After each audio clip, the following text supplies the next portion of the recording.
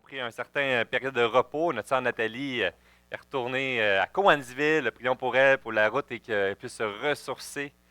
Quelques-uns aussi vont profiter avec ce week-end.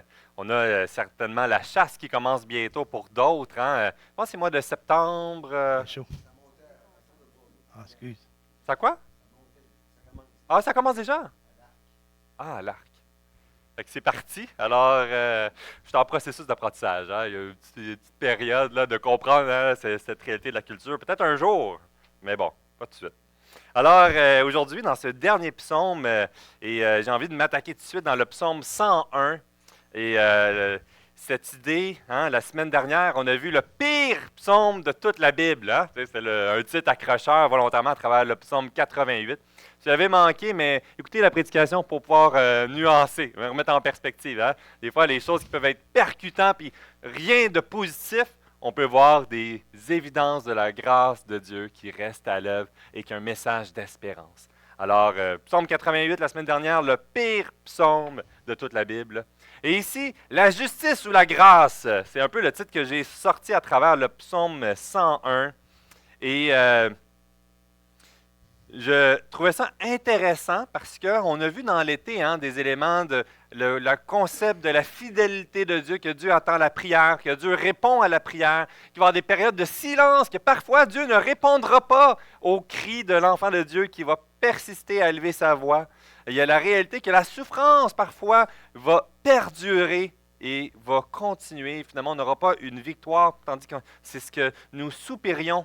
Et parfois, il y a une évidence de grâce et que Dieu va déverser, puis on va être libéré de ce fardeau, puis on va avoir son secours et on va être dans la joie et la reconnaissance. Il y a des saisons de ce que nous vivons, mais de regarder vers le haut, nous voyons le Dieu qui reste au contrôle en toute situation. Ici, dans le psaume 101, ce qu'on va lire bientôt, eh bien, vous allez voir, il y a de quoi d'intéressant. C'est probablement été rédigé dans le concept où que David vient siéger sur Israël unifié. Israël et Juda réunis ensemble.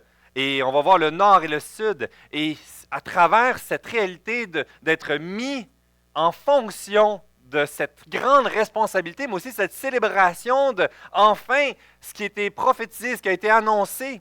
On va vivre cette période qu'on appelle l'ère de l'âge d'or d'Israël.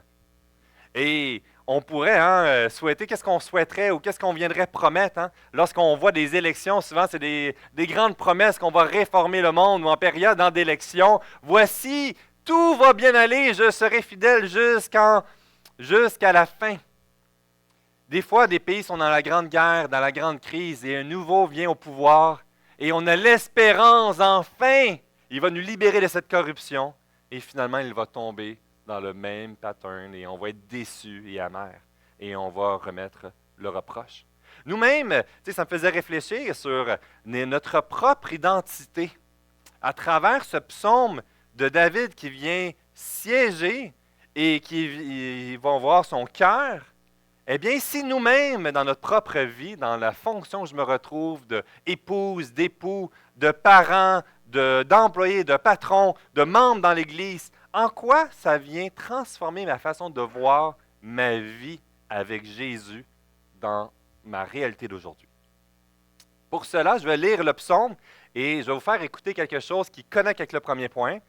Le style risque de déstabiliser de ce que je vais vous faire écouter comme chanson, mais écoutez les paroles en arrière et ça fait ressortir, je trouve, un lien.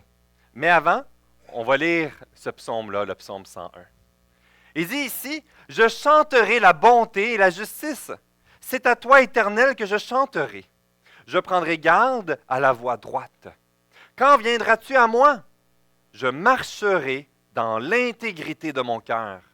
Au milieu de ma maison, je ne mettrai rien de mauvais devant mes yeux. Je hais la conduite des pécheurs, elle ne s'attachera point à moi. Le cœur pervers s'éloignera de moi. Je ne veux pas connaître le méchant. Celui qui calomnie en secret son prochain, je l'anéantirai. Celui qui a des regards hautains et un cœur enflé, je ne le supporterai pas. J'aurai les yeux sur les fidèles du pays, pour qu'ils demeurent auprès de moi. Celui qui marche dans une voie intègre sera mon serviteur. Celui qui se livre à la fraude n'habitera pas dans ma maison. Celui qui dit des mensonges ne subsistera pas en ma présence. Chaque matin, j'anéantirai tous les méchants du pays, afin d'exterminer de la ville de l'Éternel tous ceux qui commettent l'iniquité. C'est un mélange d'émotions, d'intensité. Il y a un volet radical. Tu dis, oui! Et c'est ce qu'on veut voir ici à travers cette consécration de David à l'Éternel. Mais on va le remettre dans la perspective, on va prendre de s'attarder. Et dans le premier point, qui m'a frappé, c'est dans le verset 3, devant les yeux, cet engagement-là. Et cette mise en garde de « je ne veux pas tomber ». C'est ce que David commence. Je trouve ça intéressant. Et on va écouter un chant, une première minute 15 secondes, une minute 15 secondes environ. Écoutez les paroles. Je pense que l'écriture va être trop petite, ça va être dur, mais ce n'est pas grave, je vais faire ressortir par la suite à travers les points qu'on voit dans le psaume 101.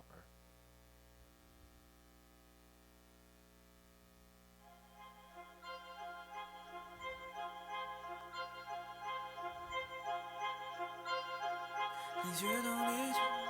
Le blouson kaki clair, les jolies bottes noires. Pour les chaussettes, il reprend la paire enfilée l'autre soir. Et pour ma part, fidèle au poste bien positionné, à la pointe de l'attaque, je suis les lunettes qu'il a posées sur le nez. Au premier rang, je me déleste, je vois tout et ne rate rien de ses moindres faits et gestes.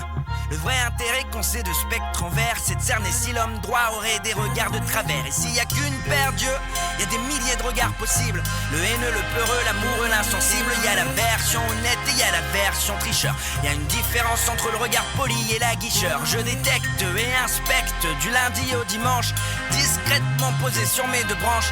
Et toi, demande-toi sur quoi tes yeux s'attardaient. Que diraient tes lunettes si elles pouvaient parler? Si tes lunettes pouvaient parler, dis-moi les choses qu'on apprendrait. Rien n'est caché devant Dieu, on joue les yeux dans les yeux.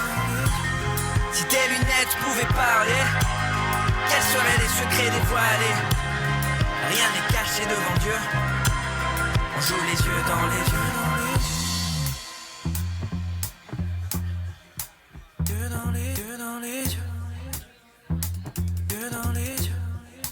Depuis ma sortie de l'étui au quotidien, j'étudie. Merci. Peut-être ça a déstabilisé ce style-là en soi. C'est un peu déroutant. Mais ça m'a frappé parce que dans l'auto, les enfants ont choisi des chants, des playlists. Et c'est celle que mon garçon Mathias aimait particulièrement. Puis à un moment donné, on faisait jouer. Puis là, je suis attends une minute, c'est quoi ce chant-là? Là, j'essaie d'écouter les paroles. Je dis, hey, c'est tellement percuteur. C'est tellement intéressant. Et c'est exactement ce que David a saisi et vient dans sa prière de consécration, vient lever devant l'Éternel. Vous voyez ici, à travers les lunettes, si les lunettes pouvaient parler, les lunettes devant les yeux qui est témoin de ce que la personne regarde et qui vient pénétrer dans son regard. Et ces lunettes-là est observateur parfois de l'œuvre volontaire ou passive. J'aimerais vous amener dans cette réflexion-là ici, à travers ce point de cette prière de consécration à l'Éternel. Le premier verset, il vient venir vers Dieu et il s'arrête. Il s'arrête ici, il prend conscience du danger de tomber. Il prend conscience du danger et la facilité qui est de déraper complètement. Et à travers cet arrêt, on le voit ici, dès le verset 3, « Je ne mettrai rien de mauvais devant mes yeux. » Il est comme percuté par le sentiment de faiblesse et la facilité de s'éloigner et de tomber. Et ça commence par la réalité de où est-ce que son regard se porte. Où est-ce que son regard peut se porter. Son être intérieur va se forger à travers ce qu'il va exposer son regard. Vers où ses yeux viennent trouver plaisir, réconfort, se sentir satisfait. Et c'est tellement intéressant parce qu'on va construire à travers ici 3 éléments dans ce désir de ne pas vouloir tomber. Premièrement, les yeux. Sur quoi tes yeux portent? Sur quoi les yeux de David portent? Et on va découvrir, on va voir tantôt, que ses yeux se sont portés tristement à la mauvais endroit et ça l'a amené à sa chute. C'est la même réalité d'entre nous. Et ce qu'on découvre dans cet élément-là, c'est la connexion de la façon que tu diriges ou que nous dirigeons nos yeux ou que David lui-même dans sa prise de conscience qu'il va regarder ou que c'est facile de regarder ce qui nous plaît et qui va venir nourrir notre cœur. Ce n'est pas un élément déconnecté, mais nos yeux sont un phare qui vient nourrir notre être intérieur, qui vient nourrir notre cœur. Ça continue, c'est pour ça que dans le verset 4, il dit « Le cœur pervers s'éloignera de moi, je ne veux pas connaître le méchant. » Cette prise de conscience qu'il y a des choses qui vont nourrir ses yeux, mais ce n'est pas pour le nourrir à honorer Dieu et afin d'accomplir la raison d'être de ce que Dieu lui a confié. Ce qui est autour de nous, nous sommes continuellement exposés à des éléments qui vont nous amener des fois pour nous rapprocher. Des fois, ça ne va rien produire et des fois, ça va nous éloigner. Cette réalité que ce qui repose à travers mes yeux vont venir inévitablement nourrir notre cœur. J'aime ici un puritain qui faisait partie ici, un puritain inconnu, qui était connu à l'époque et que plusieurs s'appropriaient cette prière-là. Que mon œil ne trahisse pas mon cœur à la vanité. Ça me fait penser, dans le début de ma foi chrétienne, j'écoutais des chants. Mais naturellement, on écoute un peu de n'importe quoi, des choses qui nous satisfait. Puis je ne comprenais pas beaucoup l'anglais. Mais il y avait des chants que j'aimais plus que d'autres. Et il y en a un qui me faisait beaucoup de bien dans ma période de grand découragement au secondaire. Je n'avais pas de plaisir à la vie. Il y avait comme un poids qui était là. Et un groupe de musique, c'est une femme qui chantait, c'est Evanescence. Puis j'écoutais les paroles, puis j'ai-tu massacré le nom ou c'est pas trop pire? Pas pire, hein? Ah, yes, je suis très content, merci. Et ces paroles me faisaient beaucoup de bien. Mais ça me faisait beaucoup de bien à nourrir mon découragement. Nourrir mon désir de fuir. De chercher une fuite. Et à un moment donné, dans l'une des paroles, c'était juste que la fuite, c'est en s'en devant la vie. Et inconsciemment, ça nourrissait mon désir de perdre la vie. Ça me faisait du bien et mon regard était attiré vers ça. Et je me nourrissais de plus en plus dans ces chants-là. Et au moment de l'Évangile, j'étais frappé par ça. Et je continuais d'écouter ça. Et tout d'un coup, il y a eu un clash entre ce que mes yeux aimaient, prenaient plaisir, et la direction que Dieu voulait m'amener. Ça l'a mis en évidence, comme David qui est en train de dire, ça va venir nourrir le cœur. Mais ce n'est pas dans cette direction-là que Dieu veut l'amener dans ce chemin. Et on a cette décision. Et c'est ce que David, dans cette prise de conscience, on a besoin de réévaluer où est-ce que notre regard se dépose. Où est-ce qu'il prend plaisir à se nourrir le cœur à travers ça. Que mon œil ne trahisse pas mon cœur à la vanité. Que mon cœur, puis on pourrait tout dire, et ça va venir nourrir toutes nos pensées. Ça vient transformer notre façon de réfléchir et de voir les choses. Ici, dans une partie de verset 2, il dit « Je prendrai garde à la voie droite. Quand viendras-tu à moi? » Jean Calvin nous dit « On ne peut pas punir le mal énergiquement que lorsque l'on a soi-même en horreur le mal. » Cette prise de conscience de où Dieu est et où est-ce qu'il veut me conduire afin de réévaluer les pas que je prends dans ma vie d'aujourd'hui. Souvent, nous laissons, et ça c'est intéressant, c'est Charles Spurgeon qui dit ça, on a la tendance des choses que l'on regarde à passer par les yeux et par entrer par la suite dans notre esprit et dans le cœur. Et souvent, c'est soit volontaire ou par nonchalance, par laisser aller. On nourrit sans le savoir à travers notre regard, à travers ce que nous consommons, et on laisse nourrir notre cœur. C'est comme vouloir avoir un cœur d'athlète, mais de manger tout ce qui nous passe devant la main. Indépendamment des quantités et de commencer à manger des plantes autour de nous, puis il y a des plantes qui sont empoisonnées, puis là on devient malade, mais on ne comprend pas. Et là on commence à consommer, puis finalement je suis de plus en plus malade. Où est-ce que je veux aller? Je veux être en santé, mais qu'est-ce que je mange? Je veux, à travers le roi David, dans cette réalité de consécration où il a cette responsabilité sur le règne d'Israël au complet, il est conscient qu'il doit veiller sur comment il va nourrir son âme. Comment il va nourrir son cœur, comment il va nourrir ses pensées, et ça commence à travers les yeux où est-ce qu'il se dépose. C'est intéressant que cette réalité est une mise en garde depuis le début. Hein? À travers, on découvre le roi David, mais dès même dans l'ensemble des Écritures, il y a constamment cette mise en garde. Veille, où est-ce que tu vas te diriger? Ne te laisse pas aller à la dérive de gauche à droite. Cette prise de conscience, si tu ne veux pas tomber, sois conscient que tu te nourris. Et on comprend aujourd'hui, hein, c'est intéressant parce que le roi David avait sa réalité, mais dans le contexte d'aujourd'hui, il y a la réalité qu'on est bombardé continuellement d'informations.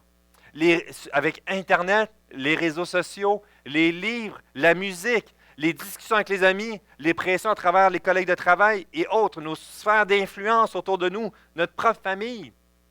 Et ce qui est intéressant, c'est qu'aujourd'hui, on parle d'être ingéré par une quantité phénoménale d'informations sur les réseaux sociaux. Et on banalise l'impact qui pénètre dans notre regard. Ici, ce qui est intéressant, c'est que lorsqu'on on prend conscience de tout ça, puis on va le voir dans le prochain point, il y a comme un wake-up call, une mise en garde, de dire où est-ce que je me situe présentement dans ma nourriture que je consomme, que je me laisse transformer. Puis cette question se pose à la base, à quoi ou à qui tu veux ressembler? À qui voulons-nous rassembler? Qu'est-ce que nous consommons qui nous aide à lui rassembler? Et qu'est-ce que nous consommons qui nous en éloigne? C'est une question qui est importante parce que dans le psaume 101, David prend conscience et décide de faire un ménage dans sa vie. Réitérer ce ménage-là en étant conscient de la gravité et de la facilité de tomber. Le danger pour nous-mêmes, c'est de nous laisser naviguer à travers les sphères d'influence sans se poser la question. Puis dans ma propre vie, quand j'écoutais ces chants-là, ça m'en éloigne. Ça nourrit mon découragement.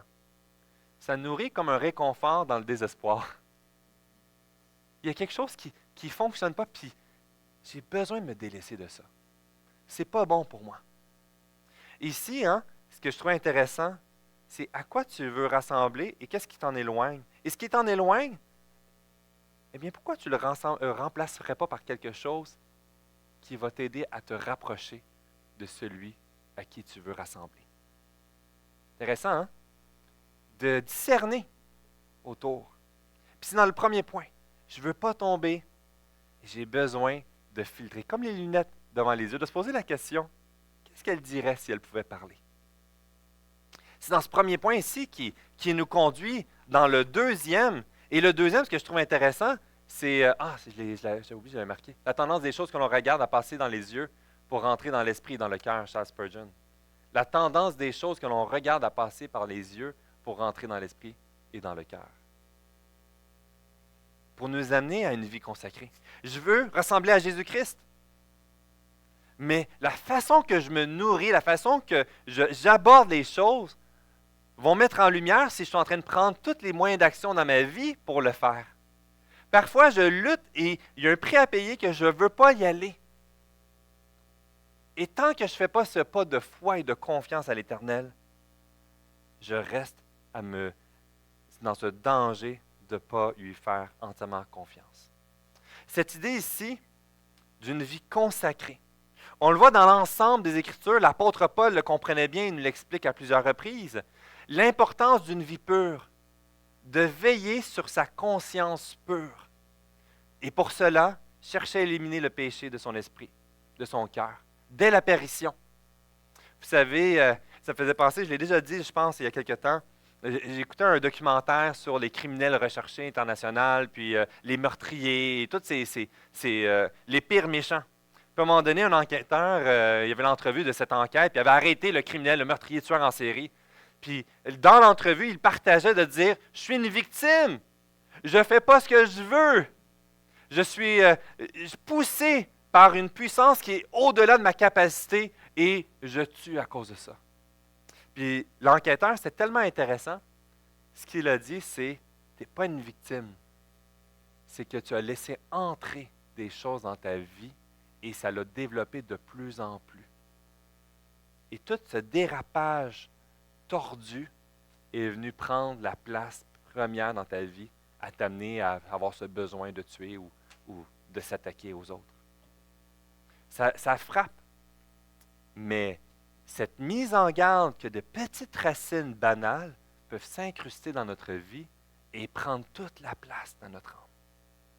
Et tout d'un coup, on a tous nos radars tordus qu'on n'est plus capable de saisir la gravité du péché dans lequel on se retrouve. Ici, dans cette mise en garde, de chercher à mettre en lumière ces racines à l'intérieur de nous.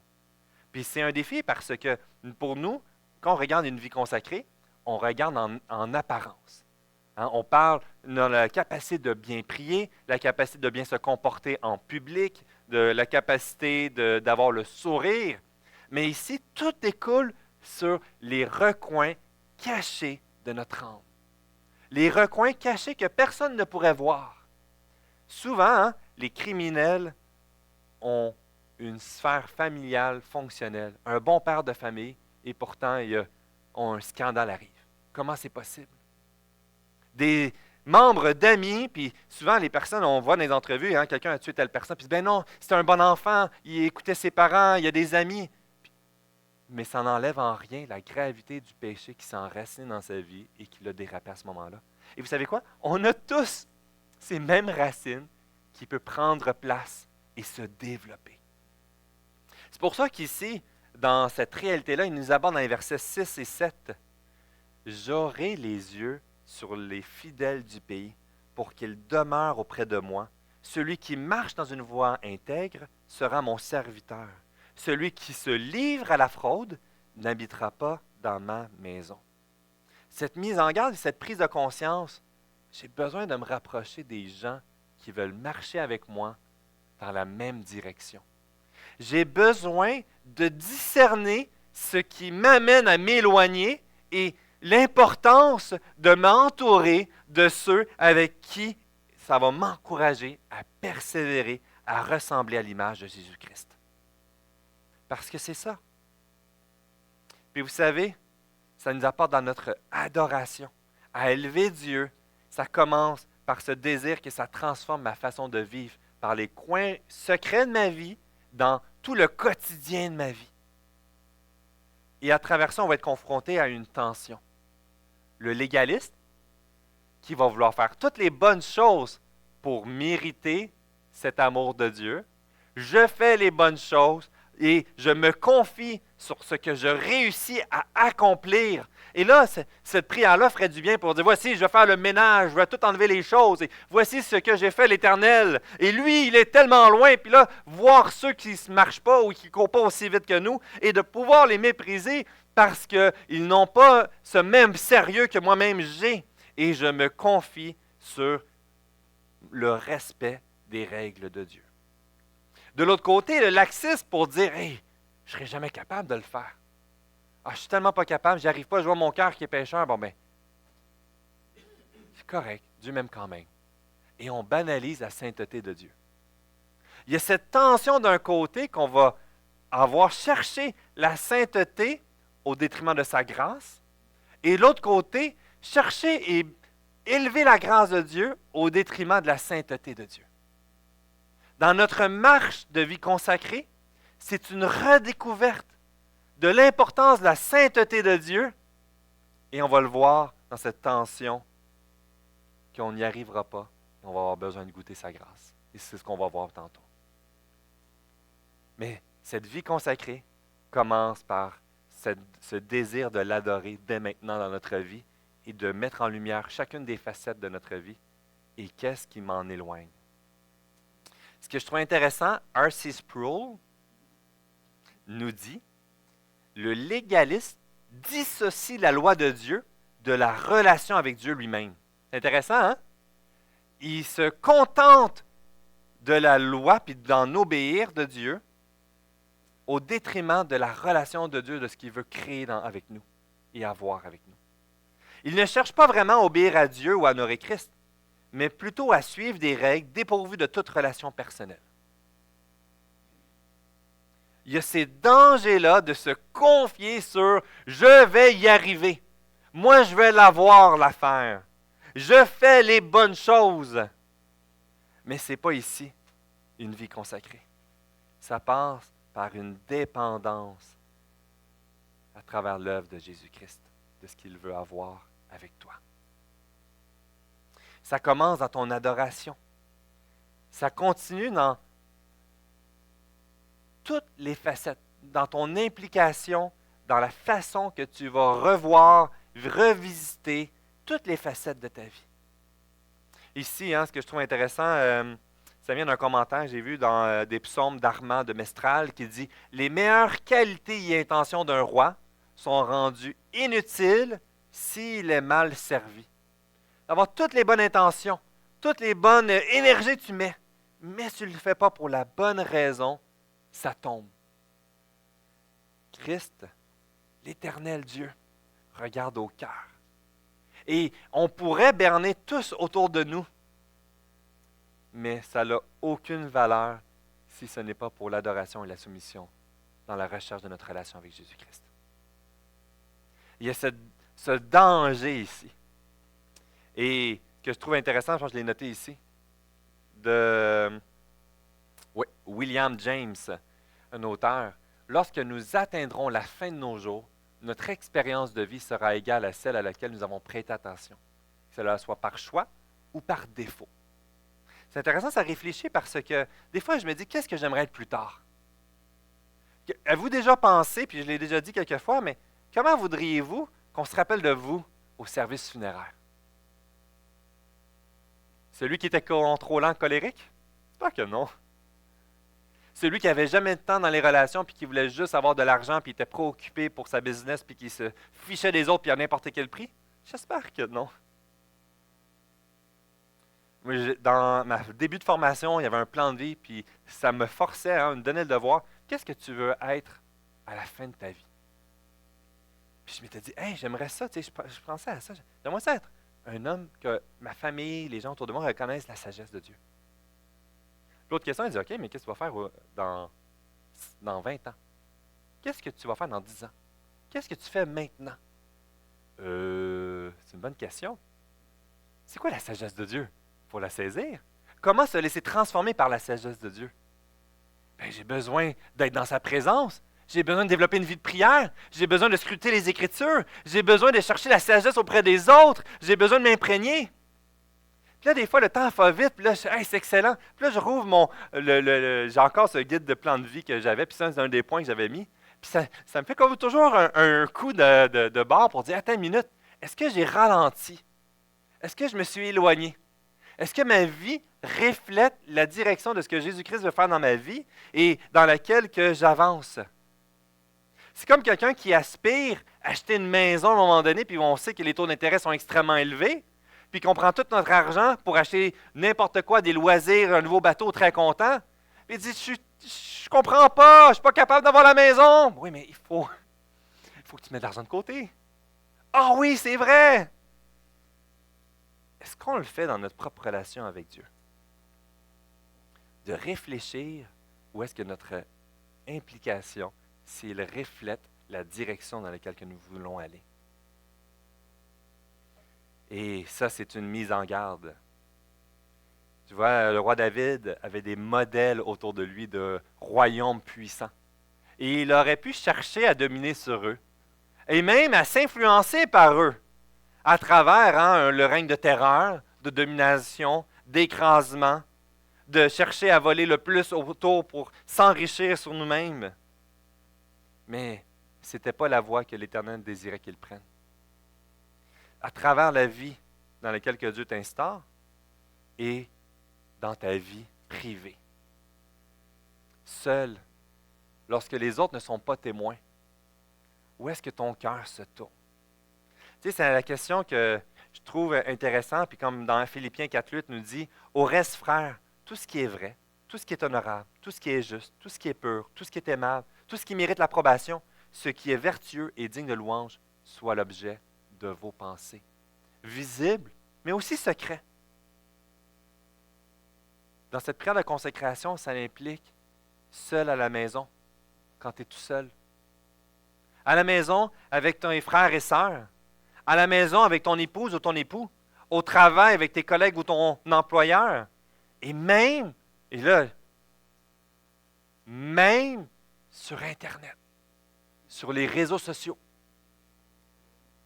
Parfois, on se dissocie, on devient une nouvelle personne et on peut dire n'importe quoi sur les réseaux sociaux. Puis l'une des choses qui me décourage le plus, c'est Spotted Alma ou Spotted Montréal ou Spotted. On voit tout d'un coup du mépris, puis des gens qui prennent plaisir à condamner, puis à s'attaquer, puis à diminuer ou exposer. Et là, on devient comme une nouvelle personnalité. Puis maintenant, même, on peut avoir publié des choses en étant anonyme. Et là, c'est magnifique. On peut déverser tout notre mépris en secret. Personne ne sait. Là, ça me fait repasser encore. Hein? Et si tes lunettes pouvaient parler, qu'est-ce qu'elles diraient? Parce que Dieu voit. Dieu est témoin. Et là, tu es juste en train de mettre en lumière des facettes que tu caches à tous. Je suis pas en train de dire qu'on le fait. Mais je pense que parfois, on banalise la façon qu'on se comporte et de ce que nous vivons dans notre cœur en secret. Parce que ça va avoir des répercussions tôt ou tard. Vous savez, hein, ce que je trouve intéressant, c'est que les réseaux sociaux, les compagnies ont compris ça. Ils ont des systèmes à algorithmes qui évaluent la personne qui visionne, par exemple, sur Facebook, et ils vont lui proposer les choses qui lui font du bien. Les choses qui vont avoir une attirance. Et c'est intéressant que pour certains, hein, on va tomber à continuer à se nourrir dans cette facette-là, sans prendre conscience de l'impact dans notre propre vie. C'est particulier que généralement, les personnes qui sont plus anxieuses vont visionner des vidéos et des messages qui sont remplis de drames, de catastrophes, de messages prophétiques sur la fin des temps, sur ci, sur ça, et ça nourrit leur peur de dire j'ai peut-être manqué, peut-être que le retour de Christ est passé, peut-être que c'est la fin de la grande persécution, puis là ça nourrit notre peur, ça nourrit notre peur, ça nourrit notre peur. Sur qu'est-ce qui va arriver si tel président vient au pouvoir et peut-être ça va être la fin. C'est particulier que souvent, lorsqu'on est anxieux, mais on va s'accrocher sur ces messages-là. C'est particulier que ceux qui luttent avec la pureté des yeux vont tomber sur la vision des vidéos déplacées. Puis Facebook, puis tous ces réseaux sociaux-là, on parlait de ça, Snapchat ou autre, hein, TikTok, qui est la mode chez les jeunes, tout le visuel, toute la pression. Et là, les jeunes qui veulent être le modèle parfait se nourrissent de ça continuellement. Ils vont chercher une valeur et une identité. On pourrait mépriser, mais en réalité, c'est une mise en garde dans chacun d'entre nous parce qu'on va se nourrir à des endroits qui nous font du bien, mais qui ne font pas nécessairement du bien dans la direction où est-ce que Christ veut nous amener. C'est une grande mise en garde, puis les grandes compagnies l'ont bien compris. Et le danger, c'est que nous, on se laisse à la dérive. On se laisse dériver dans tout ça. Puis vous savez qu'est-ce que ça va nous amener? Un profond découragement. Un profond découragement quand on va tomber. Un profond découragement que lorsqu'on vient à l'Évangile, puis qu'on dit « Seigneur, je vais te suivre jusqu'à la fin du monde! » Et là, on passe par les eaux du baptême, puis on donne notre témoignage, puis on est zélé. Puis qu'est-ce qui arrive quelques années après? On tombe! On doute! On n'arrive pas à suivre cette voie dans laquelle on s'est engagé. On voit les gens qui tombent et on pourrait les mépriser pour dire « Hey, cette personne-là devrait se rendre plus loin, comment ça se fait? » Il y a des gens qui ont été des modèles de la foi, puis finalement, ils sont dans des doutes de base, et on pourrait dire juste ce mépris-là à leur égard. Et c'est pour ça qu'ici, ce qui est important, ce que ça nous conduit, c'est de le vivre à travers l'œuvre de Jésus. Vous savez quoi? Je lisais ça, puis je lisais le psaume avec ma femme, puis la première chose qu'elle dit, c'est quoi? À travers sa prière de consécration, puis qu'il va faire attention à ses yeux, puis qu'il va les mettre à la bonne endroit. Première histoire qui ressort, Bathsheba. Il a dirigé son regard lorsqu'il n'était pas au front, du haut du toit, regardait Bathsheba se laver, et il a convoité. Il a commis l'adultère, puis il a fait tuer son mari. Quel échec! C'est pitoyable. C'est pathétique. Et c'est l'histoire de notre propre vie à chacun d'entre nous. Chacun d'entre nous, non, on ne va pas tuer du monde et tout ça, là. Mais chacun d'entre nous, on va laisser des places. Puis ça va prendre des racines. Puis ça va nous éloigner de la voie dans laquelle on est convaincu qu'il faut aller, il faut faire confiance à Dieu. Il y a des tentations qu'on va chercher à se convaincre que ce n'est pas trop grave. On va essayer de jouer avec la sainteté de Dieu, puis d'élever son pardon pour accepter le péché dans notre vie et dans les décisions. Vous savez, une des expressions qui dit « Tous les moyens sont bons. » Ah, c'est pas ça que ça dit. En tout cas, tous les moyens sont bons pour atteindre son but, bref. Tu veux aller dans cet endroit-là, mais n'importe quel, c'est pas grave. Et ce qui ça met en lumière ici, c'est non. Il y a une mise en garde. Il y a ce côté saint. Il y a le côté, puis c'est pour ça que dans le verset 1, « Je chanterai la bonté et la justice. C'est à toi, l'Éternel, que je chanterai. » Je veux me faire transformer sur la gravité de la sainteté de Dieu. La gravité du péché qui m'en éloigne, qui m'en sépare, et que par moi-même, je suis éternellement séparé de Dieu à cause de sa justice, parce qu'il est bon et que je suis pécheur. Mais cette prise de conscience-là ici nous met en lumière que cette prière-là, je ne pourrai jamais l'accomplir parfaitement, le psaume 101. Puis ça met en lumière que David là, a échoué lamentablement. Il n'a pas accompli parfaitement cette louange dans ce psaume. Ce que ça vient mettre en lumière ici, c'est que personne ne pourra l'atteindre parfaitement. Et ça nous ramène vers le roi parfait, qui l'a parfaitement accompli, Jésus-Christ. Notre espérance ne repose pas sur ce que nous pouvons y apporter, mais sur ce qu'il a apporté à travers la croix, à travers sa vie sur terre et à travers son ministère, qu'il continue de prier pour nous à la droite du Père.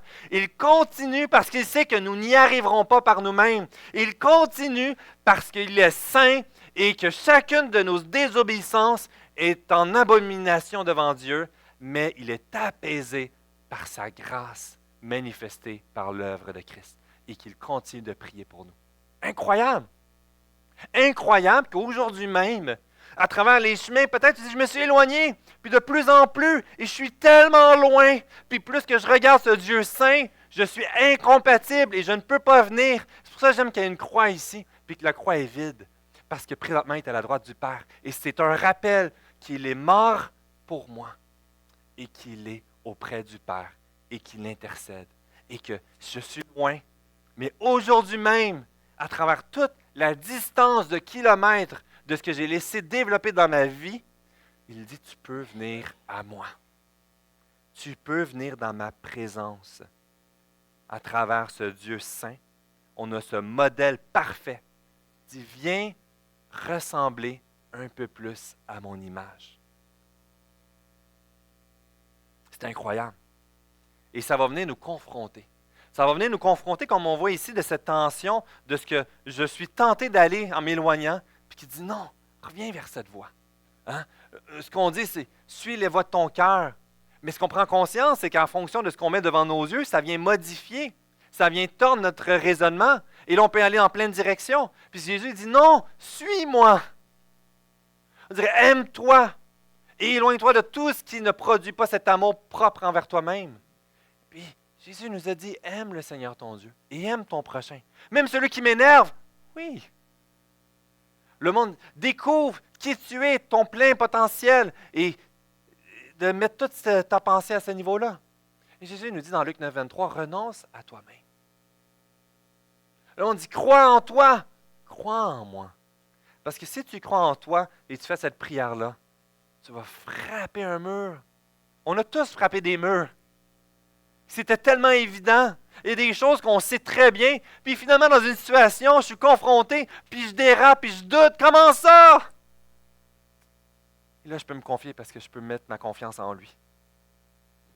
Pas envers les autres, pas envers le pasteur, pas envers mon épouse, mon époux, mes enfants, mes parents. On va être déçus. Parce que le modèle parfait, c'est Christ. Et c'est ce qui veut nous amener ici, dans cette réalité-là, de nous faire goûter une transformation. C'est incroyable ici, parce que ce qu'il est en train de dire, c'est comme on voit dans le verset 8, « Chaque matin, j'en ai tiré tous les méchants du pays afin d'exterminer de la ville de l'Éternel tous ceux qui commettent l'iniquité. » Il y a cette réalité de ménage, de faire de l'ordre, de mettre en bonne perspective. Et c'est l'œuvre de ce que Jésus veut faire dans ta propre vie. Nous, on aurait tendance à vouloir faire le ménage dans la vie des autres. Jésus veut faire un ménage dans ma vie. Je pense que je suis arrivé. Eh bien, c'est un indicateur qu'il y a de quoi que le Seigneur veut mettre en lumière. On ne veut pas chercher des bébites pour chercher des bébites. On veut marcher à l'image de Jésus-Christ un jour à la fois. Et ce qui est intéressant ici, ici, ça commence par quoi le verset 8? Chaque matin.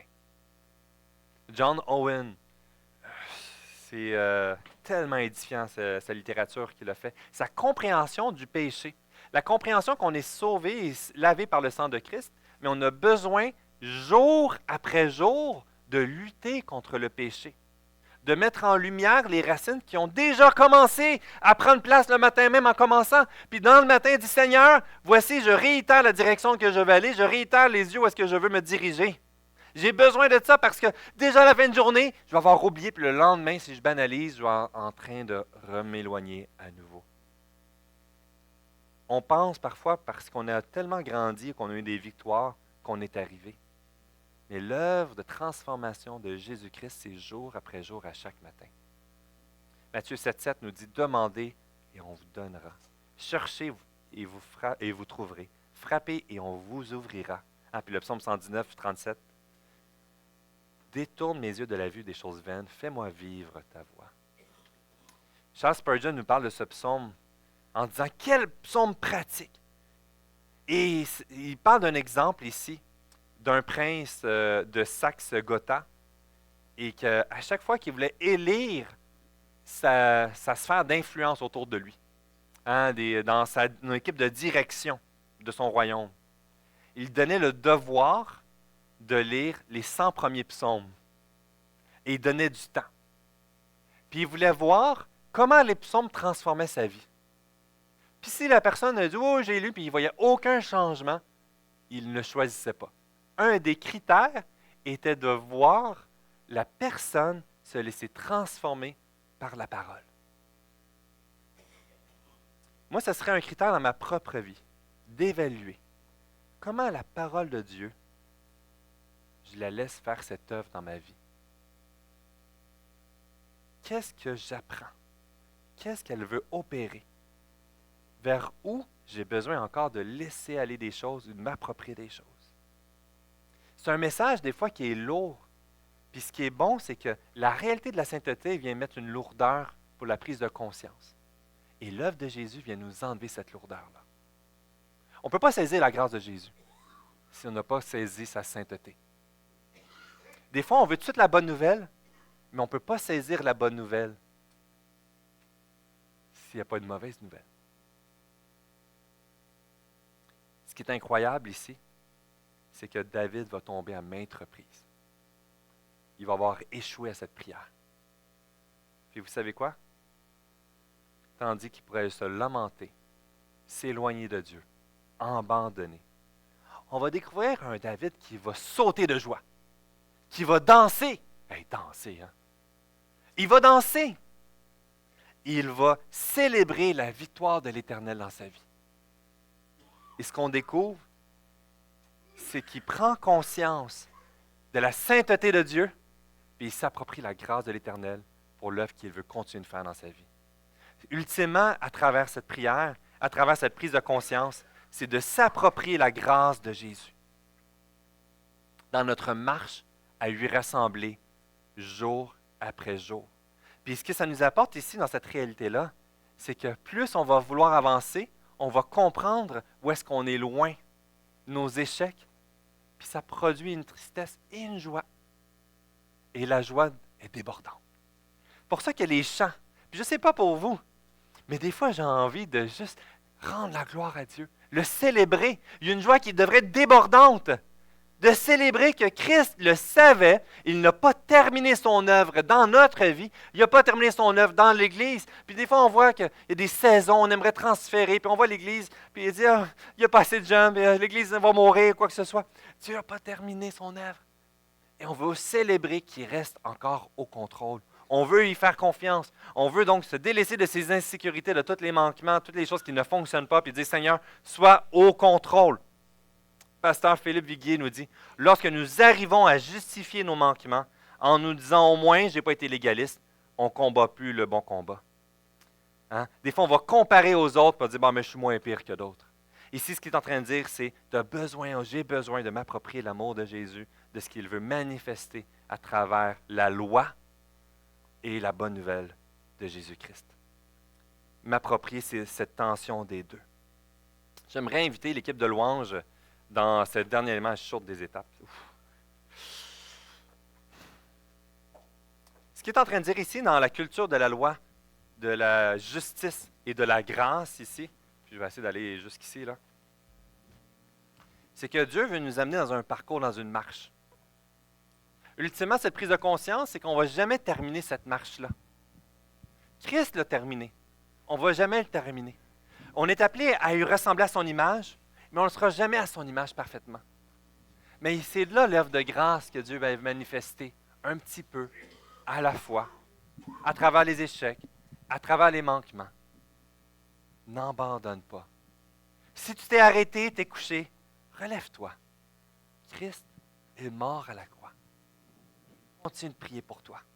Il désire pas une simple obéissance superficielle.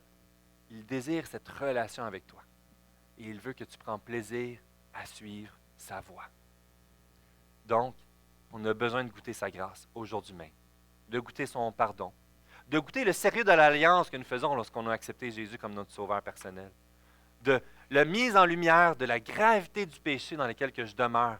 Et parfois, je peux trouver les raisonnements parce que je veux, avec mes lunettes, me nourrir ce qui me fait du bien. Mais ce n'est pas la voie que l'Éternel veut que je prenne. Et il y a un Charles Wesley, 1700 à 1788, il a composé plus de 6500 hymnes. Et je vais lire cet hymne-là, puis que ce soit notre entrée à la louange. Et je vais le lire, puis on pourra commencer doucement pas vite. Et quand je vais terminer la lecture, on pourra se lever, et que ce soit notre motivation à déverser notre cœur, à reconnaître notre besoin de saisir sa sainteté, sa justice et sa bonté, sa grâce. Il dit dans cet hymne, « Je désire un principe intérieur, de crainte pieuse et attentive, une sensibilité au péché, une douleur en sa présence. Aide-moi à sentir la première approche de l'orgueil ou de mauvais désirs, à intercepter ma volonté qui s'égare et à atteindre le feu naissant. Je voudrais ne jamais de toi m'éloigner, ne plus attrister ta bonté. Accorde-moi de t'admirer comme un fils. Donne-moi une conscience sensible, aussi vive que mes pupilles. Réveille mon âme quand le péché s'approche et garde-la à toujours éveillée. Dieu Tout-Puissant de vérité et d'amour, accorde-moi ta puissance.